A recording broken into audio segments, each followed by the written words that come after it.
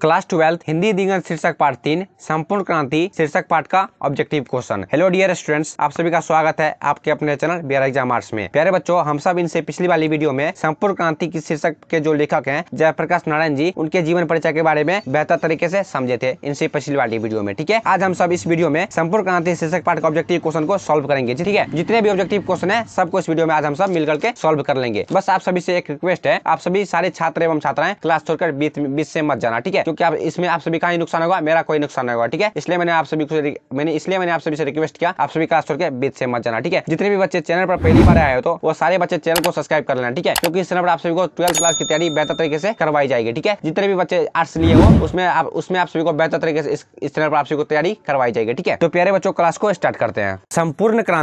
संपूर्ण क्रांति शीर्षक पाठ में सबसे पहला ऑब्जेक्टिव क्वेश्चन है, किसे लोकनायक के नाम से जाना जाता है। ठीक है, सबसे पहला ऑब्जेक्टिव क्वेश्चन क्या है? सबसे पहला ऑब्जेक्टिव क्वेश्चन है, किसे लोकनायक के नाम से जाना जाता है। सारे बच्चे को इसका आंसर पता होगा। आपका पहला ऑप्शन है महात्मा गांधी को, दूसरा ऑप्शन है जयप्रकाश नारायण को, और तीसरा ऑप्शन है महाकवि जयसी को, और चौथा ऑप्शन है बाल गंगाधर तिलक को। ठीक है, फटाफट आंसर कमेंट करो। किसे लोकनायक के नाम से जाना जाता है? जयप्रकाश नारायण को लोकनायक के नाम से जाना जाता है। ठीक है, सभी को याद रहेगा, किसे लोकनायक के नाम से जाना जाता है? जयप्रकाश नारायण जी को लोकनायक के नाम से जाना जाता है। ठीक है, यहाँ तक सभी क्लियर है। अब बढ़ेंगे नेक्स्ट क्वेश्चन की ओर। 2 नंबर में क्या क्वेश्चन का रहा है? 2 नंबर में क्वेश्चन है, जयप्रकाश नारायण ने, ठीक है, जयप्रकाश नारायण ने संपूर्ण क्रांति वाला ऐतिहासिक भाषण कहां और कब दिया था। ठीक है, 2 नंबर में क्वेश्चन क्या है? 2 नंबर में क्वेश्चन है, जयप्रकाश नारायण ने संपूर्ण क्रांति वाला ऐतिहासिक भाषण कब और कहां पर दिया था। ठीक है, इसका कहने का मतलब कब दिए थे और कहां पर जाके इन्होंने दिए थे। जयप्रकाश नारायण ने संपूर्ण क्रांति वाला ऐतिहासिक भाषण कब और कहां पर दिए थे?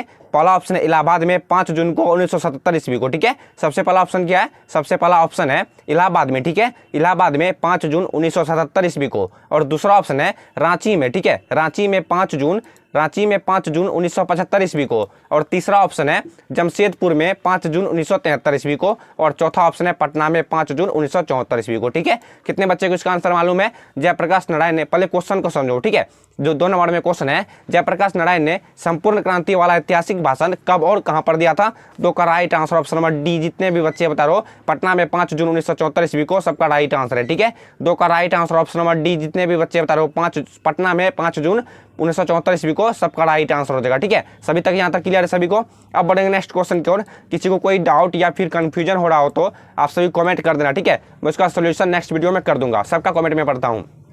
देखो, 3 नंबर में क्वेश्चन है, जयप्रकाश नारायण के बचपन का क्या नाम थे। ठीक है, 3 नंबर में क्वेश्चन क्या है? 3 नंबर में क्वेश्चन है, जयप्रकाश नारायण के बचपन के क्या नाम थे। ठीक है, पहला ऑप्शन है बिट्टू, दूसरा ऑप्शन है मोनू, और तीसरा ऑप्शन है बाउल, और चौथा ऑप्शन है किट्टू। ठीक है, कितने बच्चों को इसका आंसर पता है? मैंने इस सारे क्वेश्चन का सॉल्व लेखक के परिचय वाले वीडियो में भी कर दिया था। ठीक है, इसलिए मैं ऑब्जेक्टिव क्वेश्चन लेकर आता हूं, क्योंकि आप सभी का सारा डाउट क्लियर हो जाएगा। ठीक है, देखो 3 नंबर में क्वेश्चन है, जयप्रकाश नारायण के बचपन का क्या नाम था। ठीक है, 3 का right answer option number C हो जाएगा, बाउल। ठीक है, जयप्रकाश नारायण जी को बचपन में किस नाम से पुकारा जाता था? जयप्रकाश नारायण जी को बचपन में बाउल नाम से पुकारा जाता था। ठीक है, मैं ऐसा करता हूँ, यहाँ तक आप सभी समझ गए होंगे। अब बढ़ेंगे नेक्स्ट क्वेश्चन की ओर।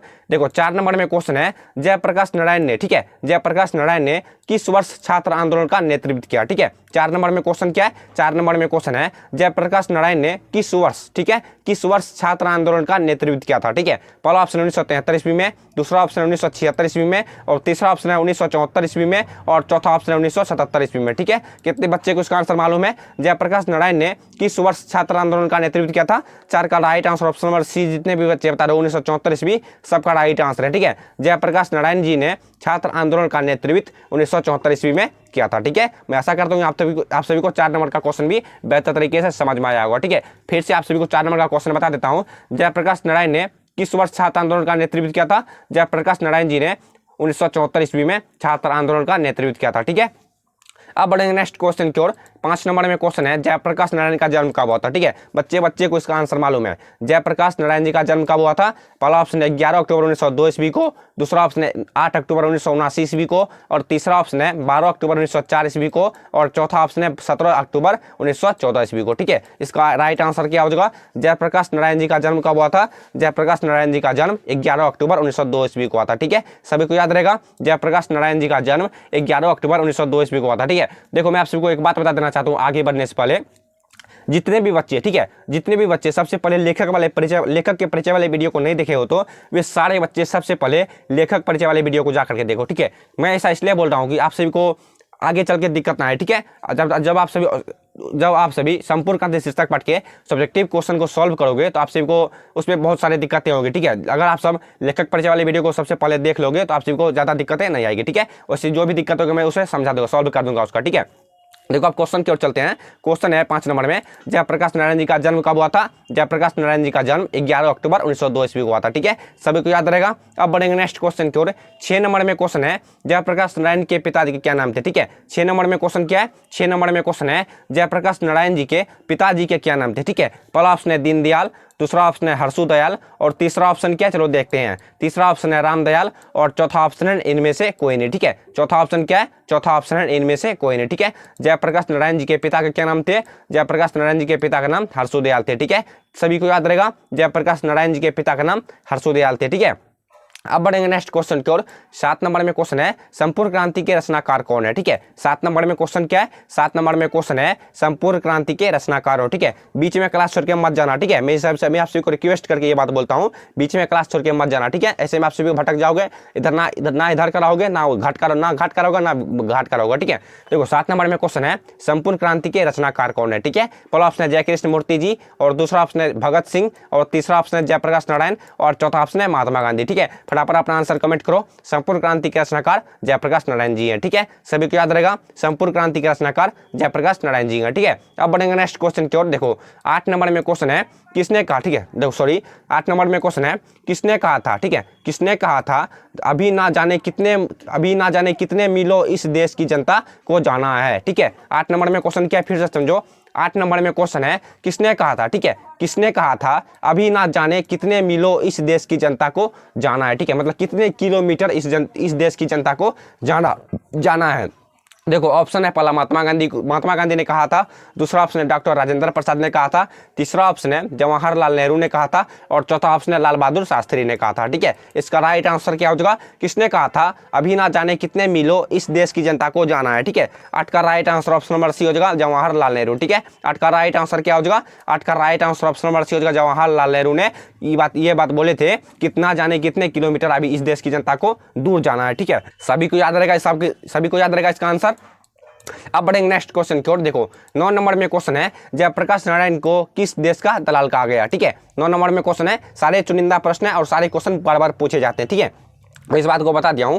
आप देखो 9 नंबर में क्वेश्चन है, जयप्रकाश नारायण को किस देश का दलाल कहा जाता है? ठीक है, पहला ऑप्शन है रूस का, दूसरा ऑप्शन है ब्रिटेन का और तीसरा ऑप्शन है जर्मनी का और चौथा ऑप्शन है अमेरिका का, ठीक है। फटाफट अपना आंसर कमेंट करो।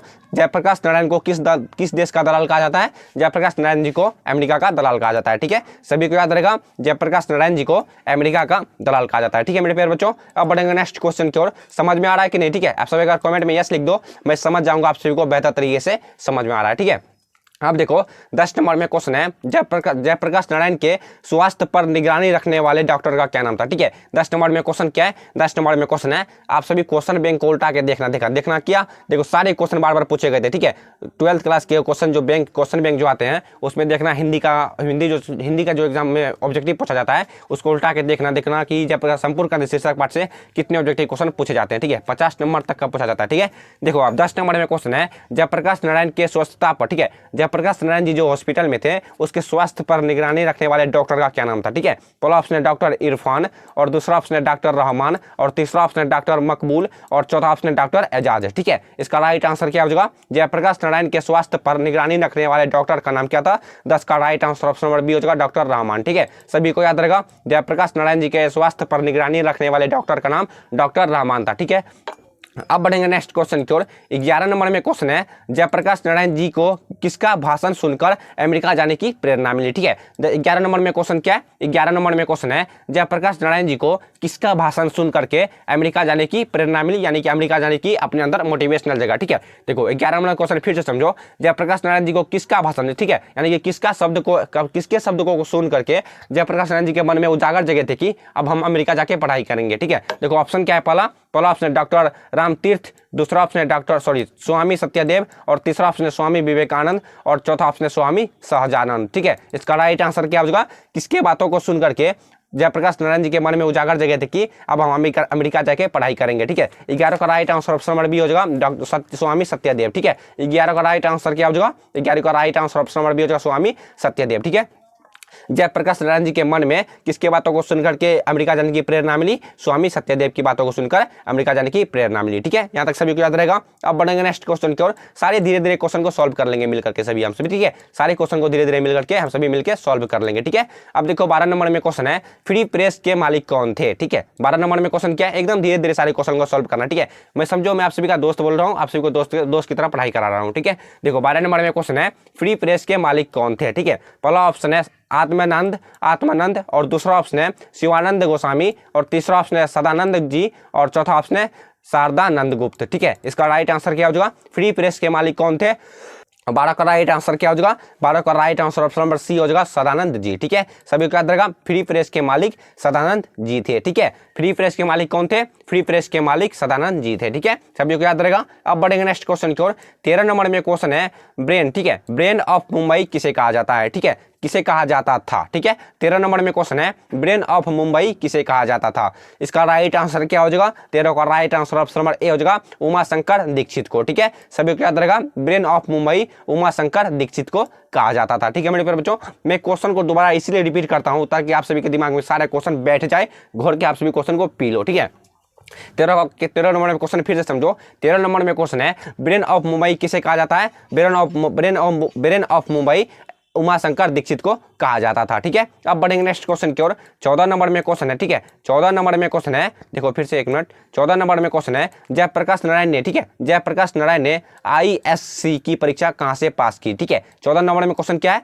14 नंबर में क्वेश्चन है, जयप्रकाश नारायण जी ने ISC की परीक्षा कहां से पास की। ठीक है, पहला ऑप्शन है पटना कॉलेज से, दूसरा ऑप्शन है पटना साइंस कॉलेज से, तीसरा ऑप्शन है हिंदू विश्वविद्यालय से और चौथा ऑप्शन है बिहार विद्यापीठ से। ठीक है, इसका राइट आंसर कितने बच्चे बता सकते हो, जयप्रकाश नारायण ने ISC की परीक्षा कहां से प्राप्त की थी। 14 का right answer option number D, जितने भी बच्चे बता रहे हो बिहार विद्यापीठ से, सबका राइट आंसर है। ठीक है, 14 का right answer option number D, जितने भी बच्चे बता रहे हो बिहार विद्यापीठ, सबका राइट आंसर है। ठीक है, फिर से समझो क्वेश्चन को। 14 नंबर में क्वेश्चन है, जयप्रकाश नारायण ने ISC की परीक्षा कहां से पास की थी, बिहार विद्यापीठ से पास की थी। ठीक है, मैं ऐसा कहता हूं कि आप सभी को यहां तक की क्वेश्चन बेहतर तरीके से समझ में आया होगा। ठीक है, 14 नंबर का क्वेश्चन आप सभी समझ गए। अब बढ़ेंगे नेक्स्ट क्वेश्चन की ओर। देखो 15 नंबर में क्वेश्चन है, लेनिन की मृत्यु कब हुई थी। ठीक है, 15 नंबर में क्वेश्चन क्या है, 15 नंबर में क्वेश्चन है, लेनिन की मृत्यु कब हुई थी। पहला ऑप्शन है 1925 ईस्वी में, दूसरा ऑप्शन 1924 ईस्वी में और तीसरा ऑप्शन 1923 ईस्वी में और चौथा ऑप्शन 1922 ईस्वी में। ठीक है, इसका राइट आंसर कितने बच्चे बता सकते हो,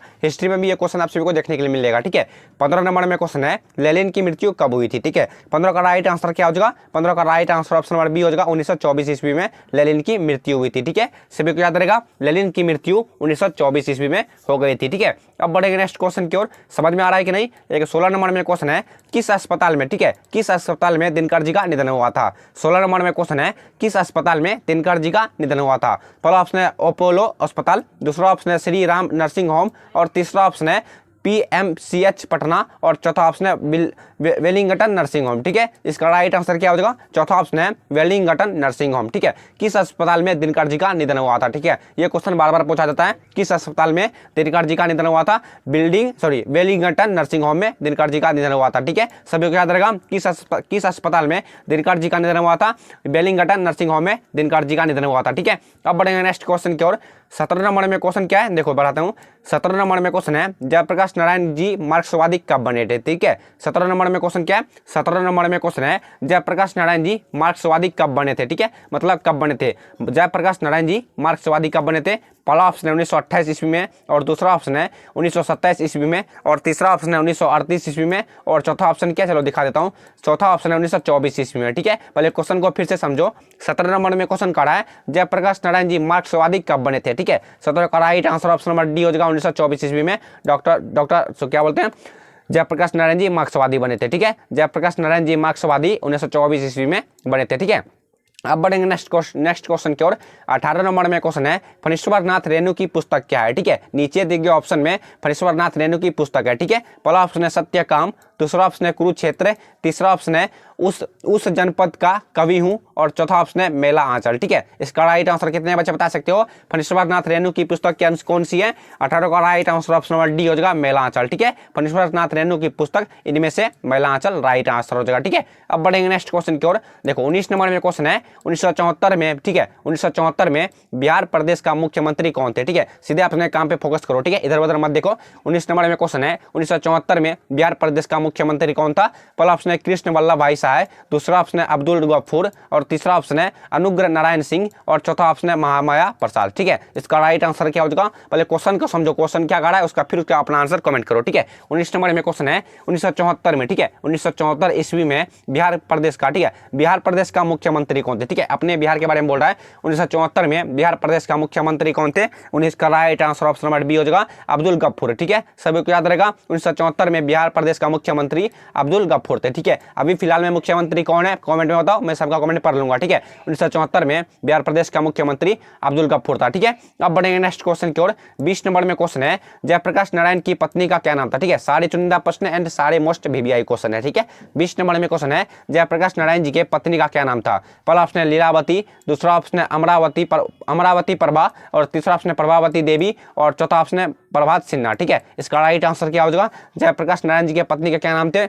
20 का right answer option number C हो जाएगा, प्रभावती देवी। ठीक है, सभी को याद रहेगा जयप्रकाश नारायण जी के पत्नी जी के नाम प्रभावती देवी थी। ठीक है, जयप्रकाश नारायण जी के पत्नी के क्या नाम थे? जयप्रकाश नारायण जी के पत्नी के नाम प्रभावती देवी थी। ठीक है, ये किसकी पुत्री थी? कितने बच्चे को पता है इसका आंसर? ये किसकी पुत्री थी? प्रभावती देवी। इसका राइट आंसर कितने बच्चे बता सकते हो? जयप्रकाश नारायण जी की जो पत्नी थी प्रभावती देवी, वो किसकी पुत्री थी? फटाफट अपना आंसर कमेंट करो, मैं सबका कमेंट पढ़ लूंगा। ठीक है, अब बढ़ेंगे नेक्स्ट क्वेश्चन की ओर। 21 नंबर में क्वेश्चन है, मैं इसका आंसर नेक्स्ट अंत में दे दूंगा। ठीक है, वीडियो के अंत में इस वीडियो का मैं इस बात का जवाब दे दूंगा। ठीक है, 21 नंबर में क्वेश्चन है रिकंस्ट्रक्शन। ठीक है, रिकंस्ट्रक्शन ऑफ इंडियन पॉलिटी किसकी रचना है? ठीक है, नीचे दिए गए ऑप्शन में रिकंस्ट्रक्शन ऑफ इंडियन की पॉलिटी किसकी रचना है? पहला ऑप्शन है जवाहरलाल नेहरू की, दूसरा ऑप्शन है राम मनोहर लोहिया की, और तीसरा ऑप्शन है मदन मोहन मालवीय की, और चौथा ऑप्शन है जयप्रकाश नारायण जी की। ठीक है, पहले क्वेश्चन को समझो। ठीक है, रिकंस्ट्रक्शन ऑफ इंडियन, ठीक है, क्या बोल रहा है? रिकंस्ट्रक्शन ऑफ इंडियन पॉलिटी किसकी रचना है? जयप्रकाश नारायण जी की रचना है। ठीक है, सभी को याद रहेगा रिकंस्ट्रक्शन ऑफ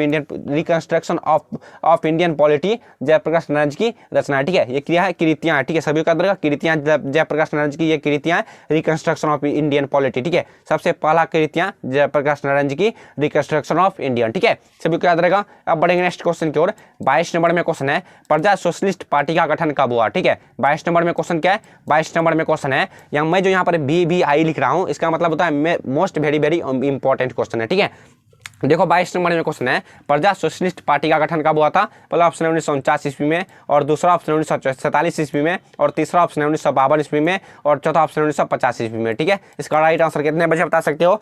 प्रजा सोशलिस्ट पार्टी का गठन 22 का right answer option number C हो जाएगा, 1952 ईस्वी में हुआ था। ठीक है, प्रजा सोशलिस्ट पार्टी का गठन 1952 ईस्वी को हुआ था। ठीक है, अब बढ़ेंगे नेक्स्ट क्वेश्चन की ओर।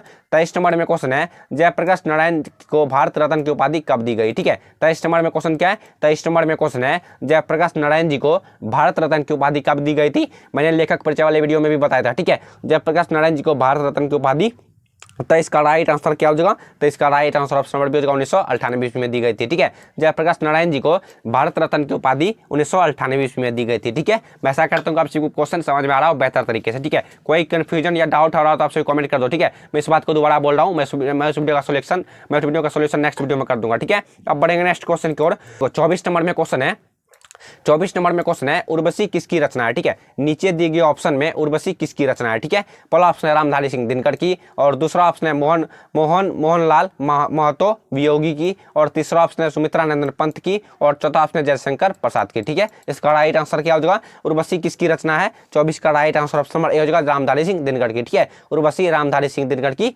रचना है। ठीक है, यहाँ तक सभी को याद रहेगा। अब बढ़ेंगे नेक्स्ट क्वेश्चन की ओर। देखो 25 नंबर में क्वेश्चन है जयप्रकाश नारायण को, ठीक है, 25 नंबर में क्वेश्चन है जयप्रकाश नारायण को भारत की जनता किस नाम से याद करती है? ठीक है, अभी भी याद करती है। ठीक है, फिलहाल में भी याद करती है। जयप्रकाश नारायण को भारत की जनता किस नाम से याद करती है? पहला ऑप्शन है समाज नायक, और दूसरा ऑप्शन है देश नायक, और तीसरा ऑप्शन है लोक नायक, और चौथा ऑप्शन है जननायक। ठीक है, इसका राइट आंसर कितने बच्चे बता सकते हो? जयप्रकाश नारायण को भारत की जनता किस नाम से याद करती है? लोकनायक के नाम से याद करती है। ठीक है, सभी को याद रहेगा भारत भारत की जनता जयप्रकाश नारायण जी को लोकनायक के नाम से याद करती है, ठीक है, अभी भी याद करती है। अब बढ़ेंगे नेक्स्ट क्वेश्चन को, क्वेश्चन को घोर के पढ़े जाओ, ठीक है, कॉपी में या फिर नोट कर लो, या फिर इस वीडियो का पीडीएफ आप सभी को टेलीग्राम पे मिल जाएगा। आप सभी इस वीडियो को डिस्क्रिप्शन में जाके टेलीग्राम को ज्वाइन कर लेना, ठीक है। अब देखो 26 नंबर में क्वेश्चन है, जयप्रकाश नारायण जी ने, ठीक है, जयप्रकाश नारायण जी जब वेल्लोर, ठीक है, जब वेल्लोर अस्पताल जा रहे थे तो वहाँ वो कहाँ बीच में कहाँ पर रुके थे, ठीक है। 26 नंबर में क्वेश्चन है, जयप्रकाश नारायण जी जब वेल्लोर अस्पताल जा रहे थे तो कहाँ रुके थे। पहला ऑप्शन है मद्रास में, दूसरा ऑप्शन है चेन्नई में, और तीसरा ऑप्शन है पटना में, और चौथा ऑप्शन है रांची में, ठीक है। फटाफट अपना आंसर कमेंट करो। जयप्रकाश नारायण जी जब वेल्लोर अस्पताल जा रहे थे तो वे बीच में कहाँ पर रुके थे। 26 का राइट आंसर ऑप्शन नंबर हो जाएगा मद्रास में, ठीक है। 26 का राइट आंसर क्या हो जाएगा, 24 का राइट आंसर ऑप्शन नंबर हो जाएगा मद्रास में, ठीक है। जयप्रकाश नारायण जी जब वेल्लोर अस्पताल जा रहे थे वे बीच में रुके थे, मद्रास में रुके थे, ठीक है, सभी को याद रहेगा। अब बढ़ेंगे नेक्स्ट क्वेश्चन की ओर। देखो 27 नंबर में क्वेश्चन है, ठीक है, 27 नंबर में क्वेश्चन है, संपूर्ण क्रांति का नारा किसने दिया था, ठीक है। 27 नंबर में क्वेश्चन क्या है, पहले क्वेश्चन को समझो फिर उसके बाद आंसर कमेंट करना, ठीक है। 27 नंबर में क्वेश्चन है, संपूर्ण क्रांति का नारा किसने दिया था। फटाफट अपना आंसर कमेंट करो अब, ठीक है। संपूर्ण क्रांति का नारा किसने दिया था। 27 का right answer option number A हो जाएगा जयप्रकाश नारायण जी ने, ठीक है। 27 का राइट आंसर क्या हो जाएगा, 27 का right answer option number A हो जाएगा जयप्रकाश नारायण जी ने, ठीक है। संपूर्ण क्रांति का नारा जयप्रकाश नारायण जी ने दिया था, ठीक है, सभी का याद रहेगा। अब बढ़ेंगे नेक्स्ट क्वेश्चन की ओर। 28 नंबर में क्वेश्चन है, संपूर्ण क्रांति का ऐतिहासिक, ठीक है, 28 नंबर में क्वेश्चन है, संपूर्ण क्रांति का ऐतिहासिक भाषण जयप्रकाश नारायण जी ने किस स्थान पर दिया था, ठीक है। 28 नंबर में क्वेश्चन है, संपूर्ण क्रांति का ऐतिहासिक भाषण जयप्रकाश नारायण जी ने किस स्थान पर दिया था, ठीक है। पहला ऑप्शन है गांधी चौक गया में, दूसरा ऑप्शन है रमनाथ मैदान आरा में, और तीसरा ऑप्शन है गांधी मैदान पटना में, और चौथा ऑप्शन है सदाकत आश्रम में, ठीक है। इसका राइट आंसर कितने बच्चे बता सकते हो। संपूर्ण क्रांति का ऐतिहासिक भाषण जयप्रकाश नारायण जी ने कहां पर दिया था, गांधी मैदान पटना में दिया था, ठीक है, सभी को याद रहेगा। संपूर्ण क्रांति का सॉरी क्या बोलता है, संपूर्ण क्रांति का ऐतिहासिक भाषण जयप्रकाश नारायण जी ने गांधी मैदान पटना में दिया था, ठीक है। अब बढ़ेंगे नेक्स्ट क्वेश्चन की ओर। 29 नंबर में क्वेश्चन है, ठीक है, पहले क्वेश्चन समझो। 29 नंबर में क्वेश्चन का रहा है, छात्र संघर्ष, ठीक है, छात्र संघर्ष समिति का गठन किसके लिए हुआ था। 29 नंबर में क्वेश्चन है, छात्र संघर्ष समिति का गठन किसके लिए हुआ था। अब चलो ऑप्शन की ओर चलते हैं, ठीक है। छात्र संघर्ष, पहले क्वेश्चन समझ लिए, छात्र संघर्ष समिति का गठन किसके लिए हुआ था। देखो इसका ऑप्शन क्या है, पहला ऑप्शन है, ठीक है, पहला ऑप्शन है छात्रों के अनुशासन के लिए, दूसरा ऑप्शन है छात्रों के सत्ता प्राप्ति के लिए, और तीसरा ऑप्शन है छात्रों के ज्ञानवर्धन के हेतु, और चौथा ऑप्शन है छात्रों द्वारा सत्ता में भ्रष्टाचार और अशांति को दूर करने हेतु, ठीक है, सभी को याद रहेगा। देखो फिर से मैं समझाता हूं क्वेश्चन। देखो 29 नंबर में क्वेश्चन क्या था, 29 नंबर में क्वेश्चन था छात्र, ठीक है, पहले क्वेश्चन समझ लो, छात्र संघर्ष समिति है, ठीक है, छात्र संघर्ष समिति का गठन किसके लिए हुआ था, ठीक है, जो छात्रों का गठन किसके लिए हुआ था, ठीक है, ऐसे समझो छात्रों का गठन किसके लिए हुआ था, ठीक है। इसका right answer option number D हो जाएगा, छात्रों द्वारा, ठीक है, छात्रों द्वारा सत्ता में भ्रष्टाचार और अशांति दूर करने हेतु, ठीक है, छात्रों द्वारा सत्ता में भ्रष्टाचार और अशांति दूर करने हेतु, ठीक है, यहां तक सभी को याद रहेगा। अब बढ़ेंगे नेक्स्ट क्वेश्चन की ओर। 30 नंबर में क्वेश्चन का रहा है, ठीक है, 30 नंबर में क्वेश्चन है, इंडियन एक्सप्रेस के मालिक कौन थे, ठीक है। 30 नंबर में क्वेश्चन क्या है, 30 नंबर में क्वेश्चन है इंडियन, ठीक है, इंडियन एक्सप्रेस के मालिक कौन थे, यानी कि हेड कौन थे, ठीक है, इंडियन एक्सप्रेस के मालिक कौन थे। 30 का right answer option number A हो जाएगा रामनाथ गोयनका, ठीक है, 30 का राइट आंसर क्या हो जाएगा, 30 का right answer option number A हो जाएगा रामनाथ गोयनका, ठीक है, इंडियन एक्सप्रेस के मालिक रामनाथ गोयनका थे, ठीक है, यहां तक सभी को याद रहेगा। अब बढ़ेंगे नेक्स्ट क्वेश्चन की ओर। 31 नंबर में क्वेश्चन है, ठीक है, 31 नंबर में क्वेश्चन है, जयप्रकाश नारायण जी, ठीक है, जयप्रकाश नारायण जी हिंदू विश्वविद्यालय में, ठीक है, हिंदू विश्वविद्यालय में प्रवेश क्यों नहीं करना चाहते थे। 31 नंबर में क्वेश्चन है, जयप्रकाश नारायण जी जो थे वे हिंदू विश्वविद्यालय में प्रवेश नहीं करना चाहते थे, किस कारण से प्रवेश नहीं करना चाहते थे, ये कितने बच्चे को पता नहीं है, ठीक है। देखो मैं बता दूंगा आप सभी को, जयप्रकाश नारायण जी किसके कारण हिंदू विश्वविद्यालय में प्रवेश नहीं करते थे। 31 का right answer option number C हो जाएगा, वह सरकारी फंड प्राप्त होता था, ठीक है, वहां पर सरकारी फंड प्राप्त होता था, वहां पर मतलब सरकारी पैसा मिलता था, ठीक है, इसलिए वे हिंदू विश्वविद्यालय में प्रवेश नहीं करते थे, ठीक है।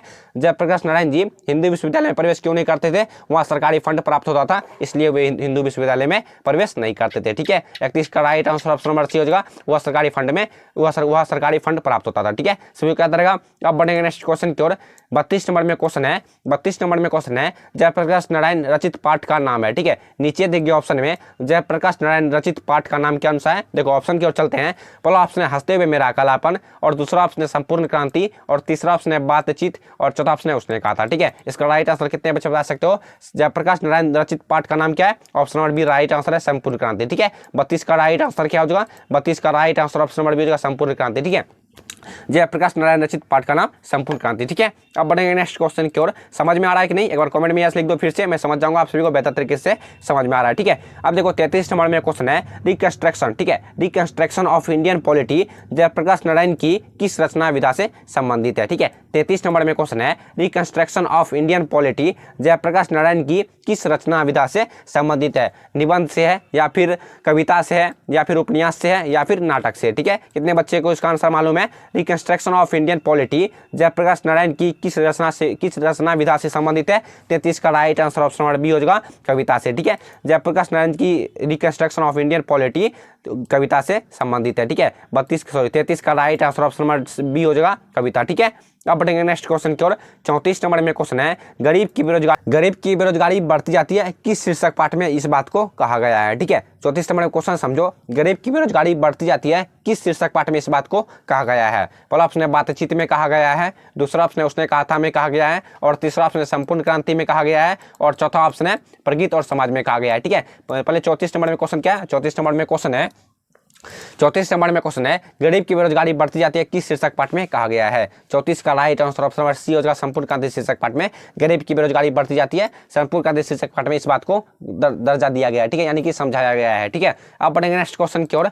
35 नंबर में क्वेश्चन है। ठीक है, 35 नंबर में क्वेश्चन है छात्र आंदोलन का नेतृत्व। ठीक है, छात्र आंदोलन का नेतृत्व स्वीकार करते समय जयप्रकाश नारायण की स्थिति कैसी थी। ठीक है, 35 नंबर में क्वेश्चन है छात्र आंदोलन का नेतृत्व स्वीकार करते समय, थोड़ा सा ऊपर कर देता हूँ। ठीक है, छात्र आंदोलन का नेतृत्व स्वीकार करते समय जयप्रकाश नारायण जी की स्थिति कैसी थी। पहला ऑप्शन है बुढ़ापा और बीमारी थी, दूसरा ऑप्शन है पूर्ण स्वस्थ, और तीसरा ऑप्शन है युवक, और चौथा ऑप्शन है जर्जर। ठीक है, इसका राइट आंसर कितने बच्चे बता सकते हो। छात्र आंदोलन का नेतृत्व स्वीकार करते समय जयप्रकाश नारायण जी की स्थिति बुढ़ापा और बीमारी थी। ठीक है, उस समय जयप्रकाश नारायण जी बुढ़ापा हो गए थे और बहुत सारे उसमें बीमारी भी थी। ठीक है, स्वीकार करेगा। अब बढ़ेंगे नेक्स्ट क्वेश्चन की ओर। 36 नंबर में क्वेश्चन है दलविहीन लोकतंत्र किसका मूल्य उद्देश्य है। ठीक है, 36 नंबर में क्वेश्चन क्या है। 36 नंबर में क्वेश्चन है दलविहीन लोकतंत्र किसका मूल्य उद्देश्य है। पहला ऑप्शन है मार्क्सवादी तथा लेनिनवाद का, और दूसरा ऑप्शन है प्रतिवाद का, और तीसरा ऑप्शन है पूंजीवाद का, और चौथा ऑप्शन है साम्यवाद का। ठीक है, इसका राइट आंसर कितने बच्चे बता सकते हो। दलविहीन लोकतंत्र किसका मूल्य उद्देश्य है। 36 का right answer option number A हो जाएगा, मार्क्सवाद तथा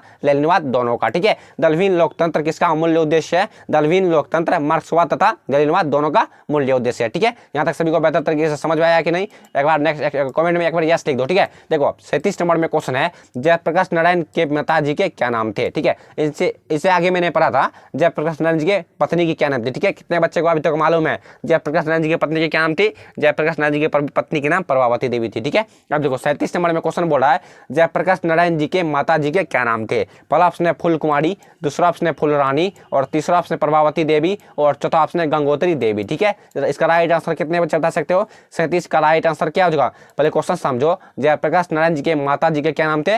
जयप्रकाश नारायण जी के माता जी के नाम फूलरानी देवी थी। ठीक है, सभी को याद रहेगा जयप्रकाश नारायण जी के माता जी के नाम फूलरानी देवी थी। ठीक है, अब बढ़ेंगे नेक्स्ट क्वेश्चन की ओर। 38 नंबर में क्वेश्चन है। ठीक है, 38 नंबर में क्वेश्चन है जयप्रकाश नारायण जी का निधन कब हुआ था। ठीक है, 38 नंबर में क्वेश्चन क्या कह रहा है। 38 नंबर में क्वेश्चन है जयप्रकाश नारायण जी का निधन कब हुआ था। पहला ऑप्शन है 8 अक्टूबर 1968 ईस्वी, दूसरा ऑप्शन है 8 अक्टूबर 1979 ईस्वी, और तीसरा ऑप्शन है 8 अक्टूबर 1972 ईस्वी, और तीसरा ऑप्शन है 8 अक्टूबर 1973 ईस्वी। ठीक है, देखो शीर्षक पाठ में, ठीक है, खास करके हिंदी बुक का जितने भी राइटर हैं उसका आप सभी को मैं आप सभी को एक बात बता देता हूँ। हिंदी बुक में जितने भी राइटर हैं उस खास करके उस सभी को किसका क्या चीज़ आप सबको याद करना है, उसका जन्म और उसका निधन। ठीक है, आप सभी मैं इस पर एक वीडियो लेकर आऊँगा। ठीक है, किस राइटर का कब जन्म हुआ था और किस राइटर का कब निधन हुआ था। ठीक है, मैं आप सभी को एक वीडियो लेकर आऊंगा। ठीक है, और किस तरह से याद करना है जो ट्रिक है उस ट्रिक को भी अपनाऊंगा। ठीक है, सभी का याद रहेगा, आप सभी को बेहतर तरीके से याद रहेगा। ठीक है, अब क्वेश्चन समझिए। 38 नंबर में क्वेश्चन था जयप्रकाश नारायण जी का निधन कब हुआ था। ठीक है, इसका राइट आंसर क्या हो जाएगा। 38 का right answer option number B हो जाएगा, 8 अक्टूबर 1979 ईस्वी। ठीक है, जयप्रकाश नारायण जी का निधन 8 अक्टूबर 1979 ईस्वी को हुआ था। ठीक है, देखो संपूर्ण क्रांति शीर्षक पाठ में, ठीक है, संपूर्ण क्रांति शीर्षक पाठ में जितने भी ऑब्जेक्टिव क्वेश्चन थे सारे ऑब्जेक्टिव क्वेश्चन को इस वीडियो में मैंने कवर करा दिया। ठीक है, संपूर्ण क्रांति शीर्षक पाठ फिर से समझ लो। संपूर्ण क्रांति शीर्षक पाठ के जो लेखक हैं जयप्रकाश नारायण जी, इस पाठ में जितने भी ऑब्जेक्टिव क्वेश्चन थे इस वीडियो में मैंने आप सभी को बेहतर तरीके से समझा दिए हैं। ठीक है, अगर किसी को कोई कंफ्यूजन या डाउट हो गया हो तो आप सब कमेंट कर देना, मैं इस वीडियो का सॉल्यूशन नेक्स्ट वीडियो में कर दूंगा। ठीक है, कल वाले वीडियो में हम सब संपूर्ण क्रांति शीर्षक पाठ के सब्जेक्टिव क्वेश्चन को बेहतर तरीके से समझेंगे एकदम अपने भाषा में। ठीक है, तब तक आप सब अपने दोस्तों के साथ शेयर भी कर देना इस वीडियो को। ठीक है, तब तक मिलेंगे नेक्स्ट वीडियो में, तब तक ले बाय।